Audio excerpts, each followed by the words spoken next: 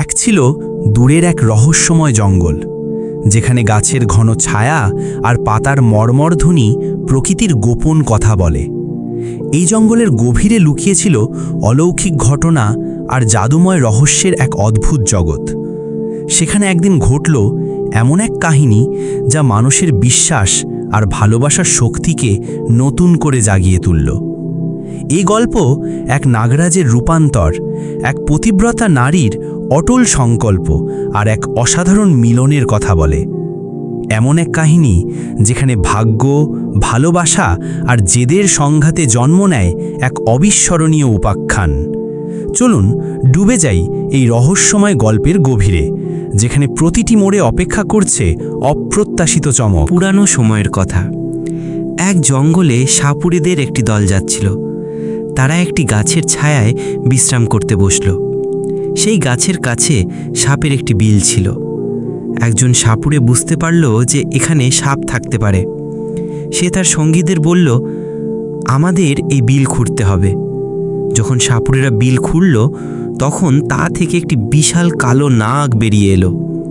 সাপুড়েরা তাকে ধরে ফেলল এবং একটি পিটারায় বন্দি করল। কিছু দূর যাওয়ার পর সাপুড়েরা ভাবল যে তারা নাগের বিষ বের করে ফেলবে। যখন তারা পিটারা খুলল, তখন সবাই অবাক হয়ে গেল। নাগটি অদৃশ্য হয়ে গিয়েছিল এবং তার জায়গায় একটি সুন্দর 9 লক্ষ হাড় রাখা ছিল। হাড় দেখে সাপুড়েরা খুব খুশি হলো। তারা ভাবল নাগের থেকে এই হাড় অনেক বেশি দামি। এটি রাজার কাছে দিয়ে দিলে রাজা আমাদের অনেক ধন দেবেন। তারা রাজা আবদুল্লাহর শহরের দিকে রওনা দিল। রাজার মহলে পৌঁছে তারা রাজাকে প্রণাম করল। রাজা তাদের আগমনের কারণ জিজ্ঞাসা করলেন। সাপুড়েরা বলল যে তাদের কাছে একটি খুব দামি হাড় আছে, যা রানীর গলার শোভা বাড়াতে পারে। রাজা আবদুল্লাহ হাড়টি দেখতে বললেন। যখন সাপুড়েরা পিটারা খুলল, তখন রাজা এবং দরবারের সবাই হাড়টি দেখে হতবাক হয়ে গেল। তারা এমন হাড় আগে কখনো দেখেনি। রাজা সাপুড়েদের জিজ্ঞাসা করলেন, এই হাড় তোমরা কোথায় পেলে? সাপুড়েরা বলল, এটি যাদের পথে পাওয়া গেছে। রাজা হাড়টি গ্রহণ করলেন এবং সাপুড়েদের পুরস্কার দিয়ে বিদায় করলেন। রাজা হাড়ের পিটারাটি নিজের কাছে রাখলেন। সন্ধ্যায় যখন রাজা মহলে গেলেন, তখন তিনি রানী ফাতিমাকে হাড়টি দেখিয়ে বললেন যে তিনি তার জন্য একটি সুন্দর উপহার এনেছেন। রানী পিটারা খুললেন, তখন তিনি দেখলেন যে তাতে একটি খুব সুন্দর ছোট্ট শিশু ঘুমিয়ে আছে। শিশুটি এত সুন্দর ছিল যে রানী তাকে দেখতে থাকলেন। রাজা রানীর কথায় বিশ্বাস করলেন না। তিনি নিজে দেখলেন তখন সত্যি হাড়ের জায়গায় একটি শিশু ছিল। রাজা ও রানী খুব খুশি হলেন, কারণ তারা সবসময় সন্তানের কথা ভাবতেন। তারা ভাবলেন এই শিশুটি আল্লাহ দিয়েছেন এবং তারা এটিকে নিজের সন্তানের মতো লালন পালন করবেন। কিছু দাসী তাদের কথা শুনছিল। রানী জিজ্ঞাসা করলেন, এই শিশুটি কে দিয়েছে?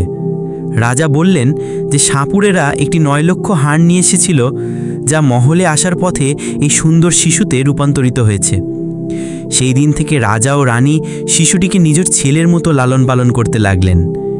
একদিন রাজা দরবারে ঘোষণা করলেন যে রানী ফাতিমার গর্ভ থেকে একটি সুন্দর পুত্র জন্মগ্রহণ করেছে। প্রজাদের মধ্যে খুশির হাওয়া বয়ে গেল এবং পুরো নগরে উৎসব পালিত হল। ধীরে ধীরে সেই ছেলে বড় হলো এবং যুবক হলো। যখন সেই বিয়ের উপযুক্ত হলো, তখন রাজা রানীর সঙ্গে তার বিয়ের কথা বললেন। রানীও এই কথায় খুশি হলেন। রাজা আবদুল্লাহর রাজ্যের কাছে আরেকটি রাজ্য ছিল, যার রাজার নাম ছিল ইউসুফ। তার একটি খুব সুন্দরী কন্যা ছিল, যার নাম ছিল নূরজাহান। রাজা ইউসুফ নূরজাহানকে 16টি বিদ্যার জ্ঞান দিয়েছিলেন, তাই সে 16টি বিদ্যা জানত। রাজা ইউসুফও তার মেয়ের বিয়ে দিতে চাইছিলেন। তিনি রাজপুরোহিতকে ডেকে তার মেয়ের জন্য উপযুক্ত বর খুঁজতে পাঠালেন। পুরোহিত অনেক রাজ্যে ঘুরলেন, কিন্তু নূরজাহানের মতো তেজস্বী কোনো রাজকুমার পেলেন না। ঘুরতে ঘুরতে তিনি রাজা আবদুল্লাহর রাজ্যে পৌঁছলেন। রাজা আবদুল্লাহর দরবারে পুরোহিতের আগমন হলো। রাজা বুঝলেন যে তিনি কোনো রাজার মেয়ের বিয়ের প্রস্তাব নিয়ে এসেছেন। পুরোহিত বললেন যে তিনি রাজা ইউসুফের পুরোহিত এবং নূরজাহানের তিলক নিয়ে এসেছেন। তিনি শুনেছেন যে রাজা আবদুল্লাহর রাজকুমারও বিয়ের উপযুক্ত হয়েছে। রাজা আবদুল্লাহ তার ছেলে হাসানকে পুরোহিতের কাছে দেখালেন। রাজকুমার হাসানকে দেখে পুরোহিত খুশি হলেন এবং নূরজাহানের বিয়ে ঠিক করে নিজের রাজ্যে ফিরে গেলেন। কিছুদিন পর যখন বিয়ের উপযুক্ত সময় এলো, তখন রাজা আবদুল্লাহ তার ছেলে হাসানকে বর বানিয়ে রাজা ইউসুফের কাছে বরযাত্রী নিয়ে পৌঁছলেন। রাজা ইউসুফ তাদের খুব আদর আপ্যায়ন করলেন এবং তার মেয়ে নূরজাহানের বিয়ে রাজকুমার হাসানের সঙ্গে সম্পন্ন করলেন। বিয়ের পর রাজা আবদুল্লাহ তার রাজধানীতে ফিরে এলেন। ধীরে ধীরে আরও সময় কেটে গেল। একদিন রানী ফাতিমা রাজাকে বললেন যে এখন তাদের রাজ্যের দায়িত্ব ছেলের হাতে তুলে দেওয়া উচিত। রাজা আবদুল্লাহ তার ছেলে হাসানকে যুবরাজ ঘোষণা করলেন। রাজকুমার হাসান খুব ভালোভাবে রাজ্য পরিচালনা করতে লাগল। একদিন রাজকুমারী নূরজাহানকে তার দাসী বলল, তুমি রাজকুমার হাসানের কাছে জিজ্ঞেস করো যে তার মা বাবা কারা। দাসীর কথা শুনে নূরজাহান অবাক হলো। দাসী বলল, রাজকুমার হাসান মহারাজ আবদুল্লাহর ছেলে নয়। রাজকুমারী নূরজাহানের মনে তার স্বামীর প্রতি সন্দেহ জাগল। সে ভাবল সন্ধ্যায় যখন রাজকুমার মহলে আসবেন তখন তিনি তাকে এই কথা জিজ্ঞেস করবেন। সন্ধ্যায় রাজকুমার হাসান মহলে এলে নূরজাহান তাকে জিজ্ঞেস করল, তোমার মা বাবা কারা, তুমি কোন রাজবংশের? এই কথা শুনে রাজকুমার হাসানের মুখ কালো হয়ে গেল। তিনি বললেন তিনি মহারাজ আবদুল্লাহরই ছেলে, কিন্তু নূরজাহান মানল না এবং সত্য বলতে বলল। সে মা গঙ্গা শপথ দিল। রাজকুমার হাসান ধর্ম সংকটে পড়ে গেলেন। তিনি ভাবলেন কেউ তার মনে এই প্রশ্ন তুলেছে। রাজকুমার তার স্ত্রীকে অনেক বোঝালেন যে তিনি মহারাজেরই ছেলে, কিন্তু রাজকুমারী জেদ ধরে বসল। সে বলল, যদি তুমি না বলো তবে আমি খাবো না। রাজকুমার ভাবতে লাগলেন যে তাকে সব কিছু বলতেই হবে। রাজকুমার বারবার তার স্ত্রীকে বললেন, এখনও সময় আছে, এই কথা আমাকে জিজ্ঞেস করো না, নইলে তুমি খুব পস্তাবে। কিন্তু রাজকুমারী জেদ ধরে বসে রইল। রাজকুমার বললেন, যদি তুমি না মানো তবে ঠিক আছে, আমরা কাল মহল থেকে বাইরে বনভ্রমণে যাব এবং সেখানে গিয়ে আমি তোমাকে সব কিছু বলবো। পরদিন রাজকুমার হাসান এবং নূরজাহান রথে চড়ে বনভ্রমণের ছুতোয় মহল থেকে বেরিয়ে একটি নদীর তীরে পৌঁছল। নূরজাহান জিজ্ঞেস করল, তুমি আমাকে নদীর কাছে কেন নিয়ে এলে? এই নদীর সঙ্গে তোমার কোনো সম্পর্ক আছে কি? রাজকুমার আবার বললেন, এখনও সময় আছে, আমার বংশের কথা জিজ্ঞেস করো না, নইলে তুমি খুব পস্তাবে। কিন্তু রাজকুমারী মানল না। রাজকুমার নদীতে নেমে জলের মাঝে পৌঁছে গেলেন এবং বললেন, রানী, এখনও সময় আছে, তুমি আমাকে এই কথা জিজ্ঞেস করো না। কিন্তু রাজকুমারী বলল, যাই হোক, আমি এই কথা জিজ্ঞেস করবই। রাজকুমার নদীর আরও গভীর জলে পৌঁছে গেলেন। যখন জল বুক পর্যন্ত এলো তখন তিনি রানীকে আবার বোঝালেন, রানী, মেনে নাও, তোমারই জিজ্ঞাসা আমাকে তোমার থেকে চিরকালের জন্য দূরে করে দিতে পারে। তখন রাজকুমারী বলল, যাই হোক, তোমাকে এই রহস্য আমার সামনে প্রকাশ করতেই হবে। এবার রাজকুমার আরও এগিয়ে গেলেন এবং যখন জল মুখ পর্যন্ত এলো তখন তিনি বললেন, রানী, এখনও তোমার হাতে সময় আছে, আমি কে তা জানার চেষ্টা করো না। কিন্তু রানী মানল না। তখন রাজকুমার তার আসল নাগরূপ ধারণ করলেন এবং নদীর জলের উপরে তার ফনা দেখাতে লাগলেন। ফনা দেখানোর পর তিনি নদীর ভেতরে ডুবে গেলেন এবং আর বাইরে এলেন না। রাজকুমারী নূরজাহান রাজকুমারকে খুঁজতে অনেক চেষ্টা করল, কিন্তু তার কোনো হদিস পেল না। যখন অনেক সময় কেটে গেল এবং রাজকুমার ফিরলেন না, তখন রাজকুমারী নূরজাহান ভয় পেয়ে গেল, কারণ তার স্বামী এখন নাগ হয়ে কোথাও চলে গেছে। নূরজাহান সেখানে তাকে খুঁজতে অনেক চেষ্টা করল, কিন্তু তিনি পাওয়া গেলেন না। হতাশ হয়ে সে তার রথের কাছে ফিরে এলো এবং সারথীকে বলল, রথ মহলের দিকে নিয়ে চলো। মহলে পৌঁছে তিনি মহারাজকে বললেন যে তার ছেলে নদীতে ডুবে গেছে। এই কথা শুনে রাজা খুব দুঃখ পেলেন। রাজা তার সৈন্যদের আদেশ দিলেন, যাও, নদীর জল খুঁজে দেখো এবং রাজকুমারের দেহটি খুঁজে বের করো। রাজার সৈন্যরা রানী নূরজাহান, মহারাজ এবং মহারানী ফাতিমার সঙ্গে নদীর তীরে পৌঁছালো। নদীতে জায়গায় জায়গায় জাল ফেলা হলো, কিন্তু কোনো সাফল্য মিলল না। নদীতে অনেক ডুবুরি রাজকুমারের দেহ খুঁজল, কিন্তু কিছুই হাতে এলো না। শেষ পর্যন্ত দুঃখী হয়ে রাজা, রানী এবং রাজকুমারী নূরজাহান মহলে ফিরে এলো। রাজা আবদুল্লাহ বৃদ্ধ হয়ে গিয়েছিলেন। তার ওপর ছেলের দুঃখ তাকে আরও ভেঙে দিয়েছিল। রাজার মনে ছিল যে নদীতে ডুবে তার ছেলে মারা গেছে। মহারানী নূরজাহানও খুব দুঃখী হয়ে গেলেন এবং নিজেকে দোষ দিতে লাগলেন যে তার জেদের কারণে আজ তার স্বামী তার থেকে দূরে চলে গেছে। যদি সে তার বংশের কথা জিজ্ঞেস করার জেদ না করত, তাহলে হয়তো তার স্বামী তার থেকে দূরে যেত না। কিন্তু যেমন রাজপুরোহিত বলেছিলেন, রাজকুমারী নূরজাহান বড় বিদুষী ছিলেন। তিনি 16টি বিদ্যা জানতেন। অনেক ভেবে চিনতে তার একটি উপায় মাথায় এলো। রাজকুমারী তার পুরো নগরে ঘোষণা করালেন যে কেউ তাকে নতুন কোনো কথা শোনাবে তাকে উপযুক্ত পুরস্কার দেয়া হবে। সেটা যে কোনো আত্মকাহিনী হোক বা প্রাচীন ঘটনার সঙ্গে সম্পর্কিত কোনো গল্প বা কাহিনী হোক, যিনি যা শোনাবেন তাকে উপযুক্ত পুরস্কার দেয়া হবে। রানী নূরজাহান প্রতিদিন গল্প শুনতেন। তার কাছে গল্প শোনাতে আসা লোকের ভিড় লেগে থাকত। কেউ রামায়ণের গল্প শোনাতো, কেউ রাজার ইতিহাস। রাজকুমারী নূরজাহানের কাজই হয়ে গিয়েছিল সকাল থেকে সন্ধ্যা পর্যন্ত নতুন নতুন গল্প শোনা। এভাবে কিছু সময় কেটে গেল। একদিন সেই রাজ্যের এক বুড়ো লোক আবু বকর পাশের জঙ্গল দিয়ে যাচ্ছিল। জঙ্গল পার করতে করতে তার রাত হয়ে গেল। তাই সে ভাবল এখন রাতে আর এগিয়ে যাওয়া ঠিক হবে না, কারণ জঙ্গলে বিপজ্জনক জন্তু থাকতে পারে। এই ভেবে বুড়ো লোক আবু বকর জঙ্গলের একটি পিপল গাছের ওপরে বসে পড়ল। রাতের সময় ছিল, ভয়ের কারণে বুড়ো লোকটির ঘুম আসছিল না।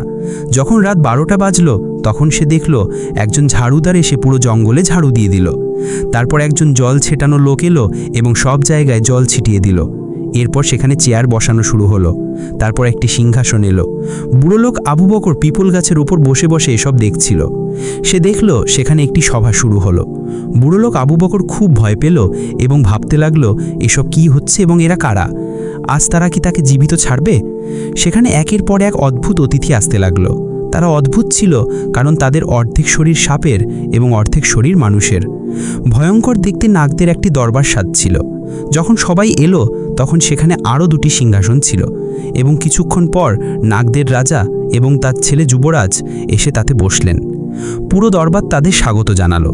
তাদের মধ্যে যে কথাবার্তা হওয়ার ছিল তা হচ্ছিল, কিন্তু নাগরাজের ছেলে চুপচাপ মাথা নিচু করে বসেছিল। সেই দরবারে রাজকুমার হাসানের বিয়ের বিষয়ে কথা হচ্ছিল।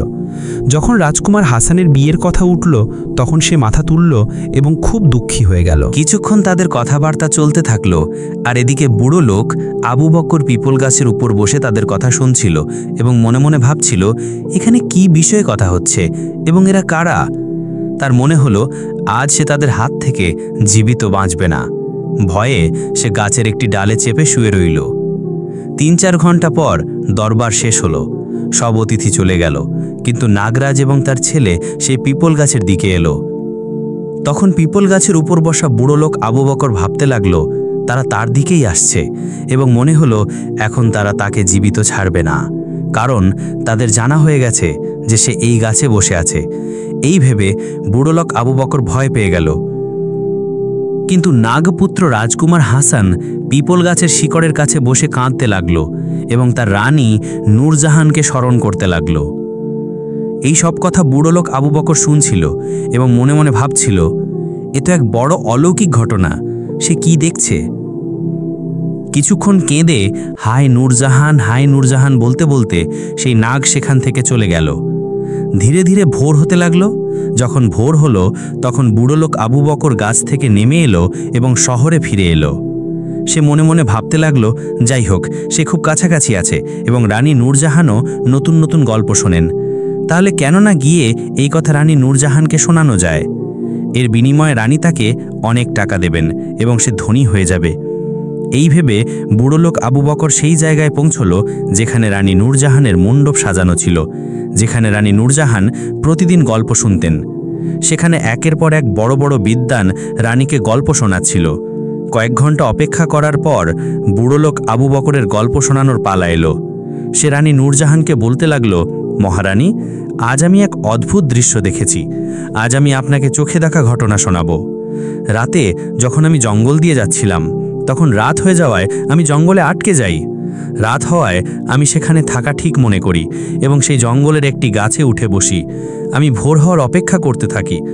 তখন আমি দেখি সেখানে একটি নাগরাজের দরবার বসে।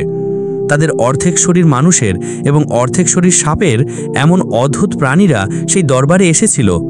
কিছুক্ষণের জন্য আমার মনে হয়েছিল এরা আমাকে মেরে ফেলবে, কিন্তু আমি তখন পিপল গাছের উপর চুপচাপ লুকিয়ে বসেছিলাম। আর যখন দরবার শেষ হলো তখন নাগদের রাজার ছেলে একটি সুন্দর রথে চড়ে সেই পিপল গাছের দিকে এলো যেখানে আমি বসেছিলাম। সে রথ থেকে নেমে পিপল গাছের নিচে বসে কিছুক্ষণ হায় নূরজাহান বলে কাঁদতে লাগলো। তারপর সেখান থেকে অদৃশ্য হয়ে গেল। এই কথা শুনে রাজকুমারী নূরজাহান বুড়ো লোক আবু বকরকে বললেন, বাবা, আমি তোমাকে এত ধন দেব যে তোমার অনেক প্রজন্ম বসে বসে খেতে পারবে, কিন্তু তুমি আমাকে সেই জায়গায় নিয়ে চলো যেখানে তুমি রাজকুমার হাসানকে কাঁদতে দেখেছিলে। এই কথা শুনে বুড়ো লোক আবু বকর ভয় পেয়ে গেল এবং বলল, রাজকুমারী, আমি এখন সেখানে যাব না, সেখানে যেতে আবার খুব ভয় করছে। তখন রাজকুমারী বললেন, না বাবা, তুমি চিন্তা করো না, তোমাকে আমার সঙ্গে সেখানে যেতেই হবে। এই বলে রানী নূরজাহান একটি সোনার মোহরে ভরা থলি বুড়ো লোক আবু বকরকে দিলেন এবং বললেন, আমি তোমাকে আরও সোনার মোহর দেব, তুমি আমাকে সেই জায়গায় পৌঁছে দাও। বুড়ো লোক আবু বকর রানীর দেওয়া সোনার মোহর দেখে খুশি হয়ে গেল এবং রাজকুমারী নূরজাহানকে নিয়ে সেই জঙ্গলের দিকে রওনা দিল।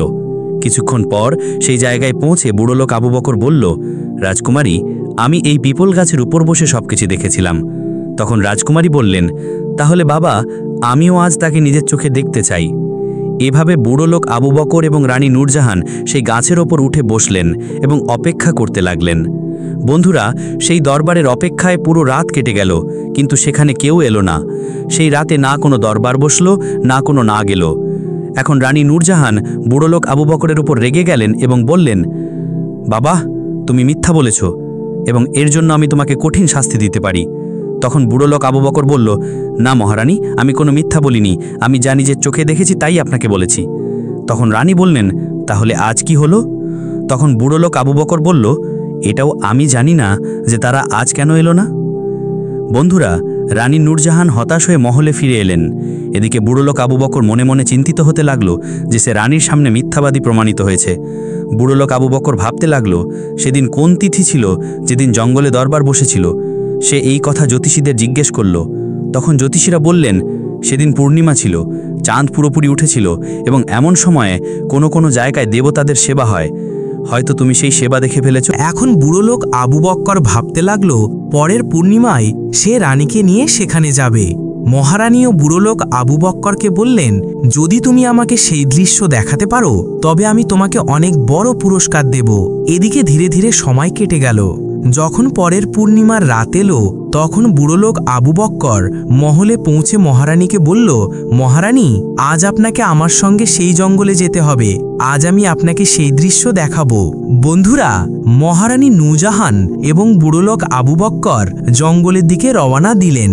সেখানে পৌঁছে রানী নূরজাহান এবং বুড়ো লোক আবু বক্কর পিপুল গাছের শিকড়ে লুকিয়ে বসলেন। যখন রাত 12টা বাজার সময় এলো, তখন সেখানে একজন ঝাড়ুদার এলো। সে ঝাড়ু দিল। জল ছিটানো লোক এলো, সে জল ছিটিয়ে দিল। কিছুক্ষণ পর দরবার সাজতে লাগলো। ধীরে ধীরে সেখানে নাগরা আসতে লাগলো। নাগদের অর্ধেক শরীর মানুষের এবং অর্ধেক শরীর সাপের। বুড়ো লোক আবু বক্কর ইশারায় বলল, মহারানী, এখন আপনি মনোযোগ দিয়ে দেখুন, এই সবই আমি সেদিন দেখেছিলাম।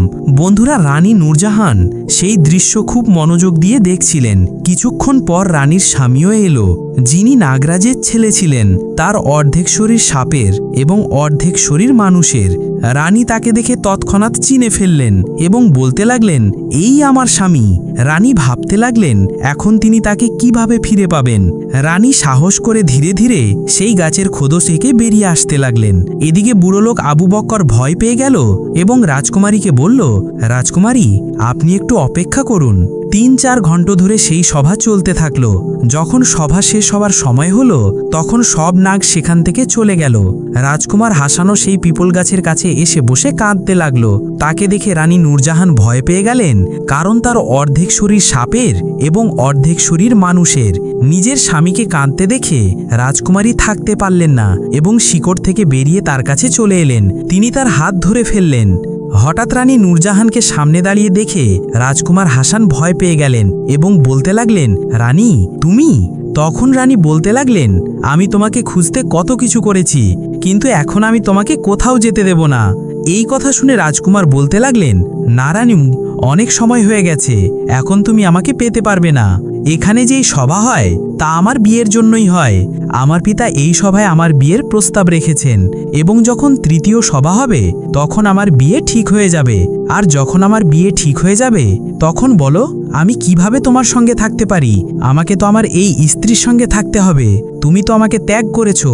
আমি সেদিন তোমাকে বারবার বোঝানোর চেষ্টা করেছিলাম আমার বংশের কথা জিজ্ঞেস করো না। রাজকুমারের কথা শুনে রানী নূরজাহান কাঁদতে লাগলেন এবং বারবার তার ভুলের জন্য ক্ষমা চাইলেন। তখন রাজকুমার বললেন, রাজকুমারী, কাঁদার সময় নয়, আমি তোমাকে একটি উপায় বলছি। যদি তুমি সেই উপায় করতে পারো তবে হয়তো আমাদের মিলন হতে পারে। তখন রানী নূরজাহান বললেন, তুমি যে উপায় বলবে আমি সেই উপায় করব, কিন্তু তোমাকে আমার সঙ্গে থাকতে হবে। তখন রাজকুমার বললেন, রানী, এখন আমার যাওয়ার সময় হয়েছে। আমাকে আমার পিতার দরবারে পৌঁছাতে হবে, কিন্তু পরের পূর্ণিমার দিন তুমি এইভাবে এখানে এসে বসবে, আর যখন এখানে সভা শুরু হবে তখন মনে রাখবে তুমি চুপচাপ মহারাজের সিংহাসনের নিচে লুকিয়ে থাকবে।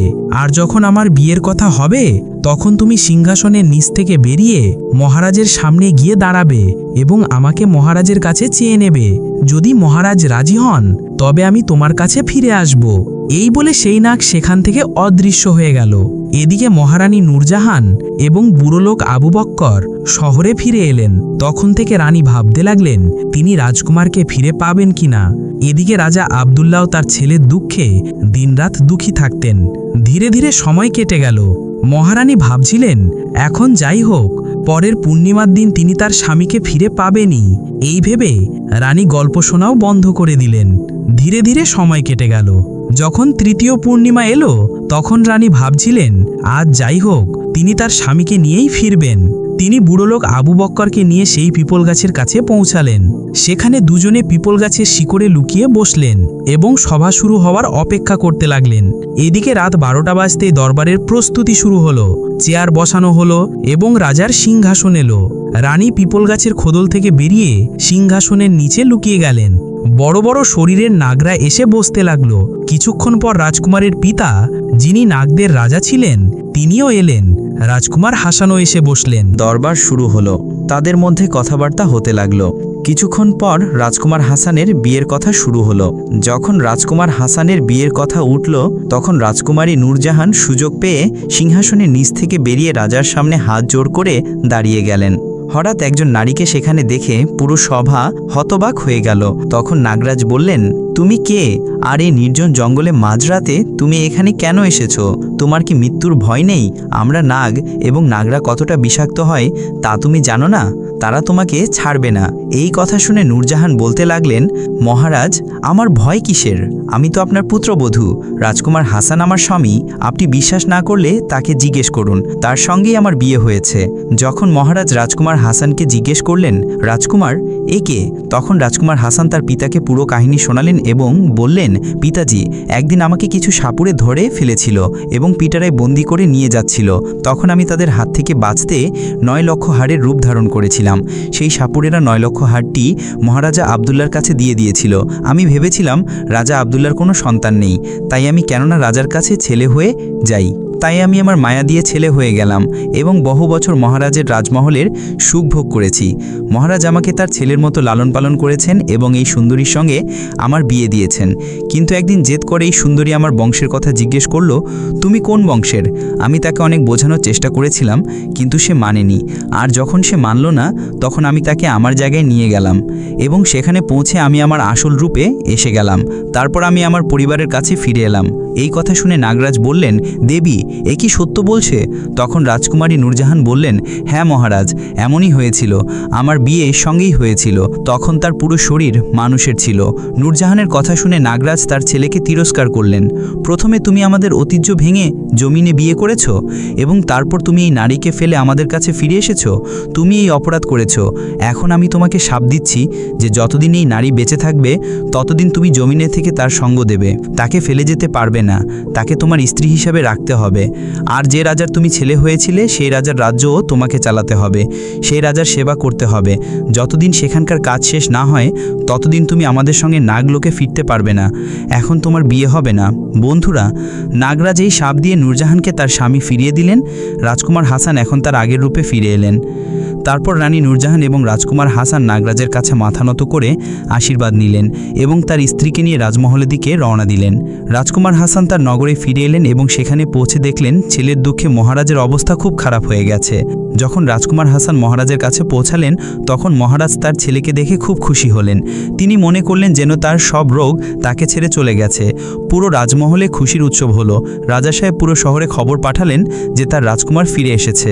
এই কথা শুনে পুরো শহরে খুশির উৎসব পালিত হলো এবং রাজা আবদুল্লাহ এবং তার মহারানী ফাতিমা তাদের ছেলেকে ফিরে পেয়ে খুব খুশি হলেন। তো বন্ধুরা, এইভাবে রানী নূরজাহান তার হারিয়ে যাওয়া স্বামীকে খুঁজে পেলেন এবং বড় ভালোবাসার সঙ্গে তার স্বামীর সঙ্গে থাকতে লাগলেন। বন্ধুরা, এই গল্প থেকে এই শিক্ষা পাওয়া যায় যে যতই পতিব্রতা নারী হোক, যদি তার জেদের কারণে আপনার মানসিক বা পারিবারিক সম্পর্কে ফাটল ধরে, তবে সেই জেদ কখনো পূরণ করা উচিত নয়। তো বন্ধুরা, আমাদের ভিডিও আপনার কেমন লাগলো? যদি আপনার এমন ভিডিও পছন্দ হয় তবে আমাদের ভিডিওটি লাইক, কমেন্ট, শেয়ার করুন এবং চ্যানেলটি সাবস্ক্রাইব করুন। ভিডিও দেখার জন্য